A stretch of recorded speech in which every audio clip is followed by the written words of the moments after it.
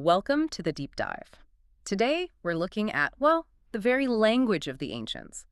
We're exploring a system where the alphabet isn't just a set of sounds. Not at all. It's a structure of pure meaning. Exactly. Our sources treat these ancient Hebrew letters not just as characters for writing, but as living symbols.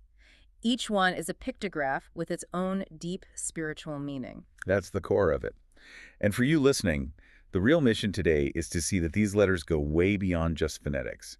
Each one has a name, a shape, and a special picture that ties into these huge concepts. Concepts like creation, order, purpose. All of it. It's a foundational look at this symbolic architecture of thought itself. Okay, let's get into it. The source material talks a lot about biblical numerology and something called gematria. That sounds pretty specialized. What's the working definition we need here? Well, the goal is clarity. Practical teaching that's rooted in the scripture's own internal logic, its own mathematics, if you will. Its own math. Yes. Biblical numerology is just the study of how numbers in the text communicate order and purpose. Gematria is the tool you use for that study. Gematria. So that's the idea that every Hebrew letter has a number value assigned to it. Aleph is 1, Bet is 2, and so on. Precisely. And once you have those values, you can sum them up in a word. For instance, the Hebrew word for father, Av, is spelled with Aleph and Bet. So that would be 1 plus 2. 1 plus 2, which is 3. Gematria then looks at how that value, 3, connects to other words or ideas that also sum to 3. It reveals these hidden links. So the letters are doing double duty. They're both phonetic and mathematical. Yes, exactly. They're dual-purpose symbols. And our sources kept highlighting a pattern with the numbers 3, 6, and 9. Right. Why those 3 specifically? What makes them so fundamental? They're seen as key divine markers. 3 often points to unity or divine manifestation, like the Trinity. Okay. 6 is almost always connected to man, or the material world. Think creation in 6 days. And 9, as the last single digit, it often symbolizes finality or truth. So we should keep an eye out for those numbers as we go. Definitely. You'll see how they reinforce the symbolic meaning of the letters they're tied to. All right, with that framework, let's dive in. The first 4 letters, Aleph, Bet, Gimel, and Dalet.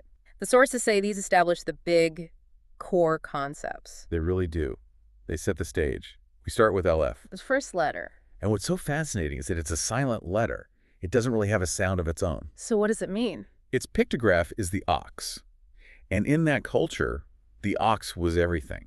It was strength, power, the animal that helped you work the land. So the very first letter, the foundation of everything, is silent strength.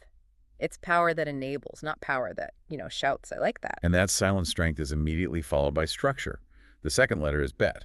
Bet. Sounds like a B. It does. And his meaning is house, a cozy home, a dwelling, a container.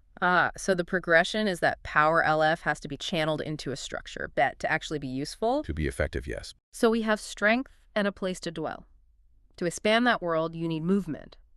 Which brings us to the third letter, Gimel. Gimel sounds like a G, and it means camel. A camel. Okay, that makes sense. Symbolically, the camel is the journey. It's the provision you need to cross difficult terrain. It's how you get from A to B. And it's the third letter, so its value is 3. Right, tying it directly back to that number of divine completeness we just talked about. The journey itself has a divine pattern to it. And we even see that in Scripture, right? In Genesis, with Rebekah giving water to the camels, the provision and the journey are linked. Absolutely. The letter is the provision. So now you have strength, shelter, and a way to travel. Where are you going? You need an entrance. The fourth letter, Dalet. Dalet. Sounds like D. And it looks a bit like a door frame or maybe a tent flap. Its meaning is literally door. Symbolically, it's about access, a pathway. It represents entering a new state, moving from one place to another. Like in Psalm 118, this is the gate of the Lord. That's the perfect connection. The doorway is the access point to the divine. It's a beautiful, logical path, isn't it? Strength creates a structure which allows for a journey, which requires access. Exactly. The foundation is set. So that sequence gives us the physical layout of the world. Now let's move from those static ideas like the house and door to things involving interaction, revelation. The fifth letter is He.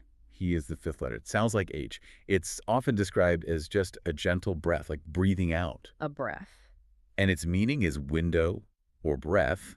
Symbolically, that translates to revelation and grace. That connection is powerful. A window lets light in revelation, and breath is life, spirit. And this letter is, you could argue, one of the most significant. Think about what God does in Genesis 17. He adds this letter, he, to the names of Abram and Sarai. Right. They become Abraham and Sarah. Yes, it's this moment of divine grace, of revelation, that completely changes their destiny.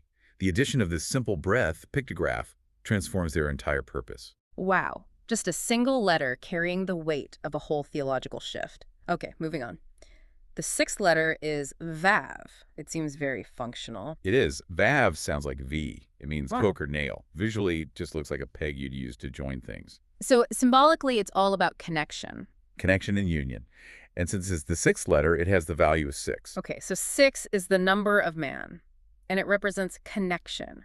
Does that mean our sources see human effort as the essential link between the divine and the earth? That's a great question. And yes, the sources lean right into that tension. The hook, Vav, is what holds things together. In the tabernacle, for example, the Vavs connected the curtains. So a physical connection. A physical connection made by man, but under divine instruction. It suggests that connection is often achieved through physical action in this material world. Makes sense. After connection, we get to the 7th letter, Zayin. Zain sounds like Z. Its physical meaning is weapon, a sword. A sword, okay. But its symbolic sense is this fascinating paradox. It means completion and rest. A weapon signifying rest. That seems completely backward. It does. But the sources explain that this isn't passive rest. It's the rest you achieve after the battle is won. Ah, I see. It connects perfectly to creation being completed on the 7th day. It's the peace you find through being prepared, not through inaction. The completion is won by the power of the sword. And if Zayin is completion, the 8th letter, Het, must be what comes next. Right, Het is the 8th letter. It's that throaty CH sound. Its meaning is fence or wall. Creating safe spaces, boundaries. Exactly. And symbolically, 8 represents a new beginning, new life. The number 8 starts a new cycle after the 7 days of completion. And where do we see that in a biblical context? Most famously in the covenant of circumcision on the 8th day. A boundary, the Het, the fence is set, and that boundary begins a new life, a new covenant cycle. And finally in this set, we have the 9th letter, Teth. Teth sounds like T and means basket. It's a symbol of containment, holding something of value, maybe hidden provision. It's often remembered by its coiled, snake-like shape. And as the 9th letter, its value is 9. The value is 9, rounding out that critical pattern of 3, 6, and 9. 9 symbolizes that finality or divine truth. It suggests that whatever is in that basket, it's the fullness of a contained revelation. We've covered the physical world and the interaction between humanity and grace.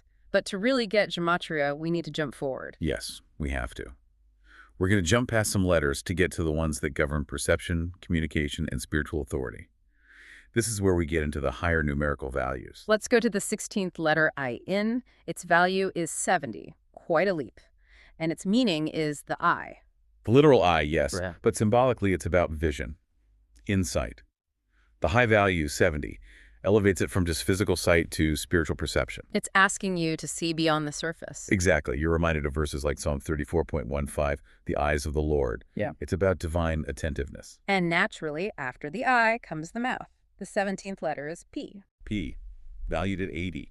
It means mouth. Symbolically, this is about speech, declaration. Our sources really stress the incredible power of the mouth. It's the tool to transmit the vision from Ayin into the world. Exactly. Speaking can build realities or it can destroy them. The value of 80 just emphasizes the scale of that power. And next, the 18th letter, Sadi, valued at 90. Sadi literally means hook, but its symbolic meaning is righteousness or justice. It's sometimes just called the righteous one. So vision, then speech, then justice. The sequence is key. It suggests that true vision and powerful speech have to be anchored in justice. And its value, 90, carries the weight of finality from the number 9. We'll skip Kof and go right to the hundreds. The 20th letter, Resh. Resh, valued at 200. It means head, Leadership. beginning, and leadership. When a letter's value hits the hundreds, its meaning is amplified to an authoritative level. Resh is primary authority. After the head, the leader, we have the 21st letter, Shin. Shin, valued at 300. It means tooth. But symbolically, it represents fire, the divine stark. A tooth and fire. What's the connection? A tooth grinds and processes, just like fire refines material.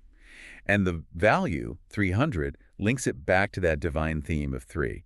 It's a transformative, refining force. And finally, the whole alphabet is sealed with the 22nd letter, Tav. Tav, the final letter, value 400. Its literal meaning is mark, sign, or seal. The ancient form even looked like an X or a cross. So its symbolic sense is ultimate completion. Total, covenant, and completion. It's the signature at the end. We see this explicitly in Ezekiel 9 with the mark placed on the foreheads of the righteous. It's the ultimate boundary and confirmation. Okay, so we've reached the end of the 22 letters up to a value of 400. But this is where gematria gets even more complex. You mentioned 5 letters have special final forms. Yes, the Sophet letters. This is essential to understand the completeness of the whole system. And they're only used at the very end of a word. Correct. 5 letters, Kaf, Mem, Nun, Pei, and Sadi, change their shape at the end of a word, and that new shape gets a new, higher value. They continue the count beyond 400. Giving you values of 500, 600, 700, 800, and 900. All the way to 900. But why? Why create a whole new form and value just for the end of a word? That's the key question. It speaks directly to this idea of finality. When a concept is sealed in a word, when it reaches its natural conclusion, it unlocks a higher level of numerical meaning. So it's not just a grammatical rule. It's a mathematical one. It ensures the symbolic weight extends all the way to 900, reinforcing the idea that nothing in the language is accidental. The system itself is a seal of truth. So when we step back and look at the whole thing, the takeaway is this is not just an alphabet. Not at all. Biblical numerology and gematria, with these number patterns of 3, 6, and 9, they're presented as this incredibly sophisticated method, a way that order and purpose are literally woven into the fabric of Scripture. It's an assertion that the language itself is a perfect vessel, holding answers for every doubt and revealing these divine connections through its own internal math. It's a profound thought, the idea that the very structure of the language is a theological statement. We started this deep dive with Aleph, BHOX, meaning foundational strength and work, and we've ended with Tav, the mark or covenant, symbolizing ultimate completion and the final seal. The entire alphabet is a journey, from the initial strength needed to begin, all the way to the final seal of a completed promise. Which leaves us with a final provocative thought for you to take with you from this deep dive. If this whole alphabet is meant to be a living symbol of truth, consider the path from Aleph, strength, to Tav, covenant. Does ultimate strength and power truly lie? Not in the initial effort, but in the final, enduring act of sealing a promise.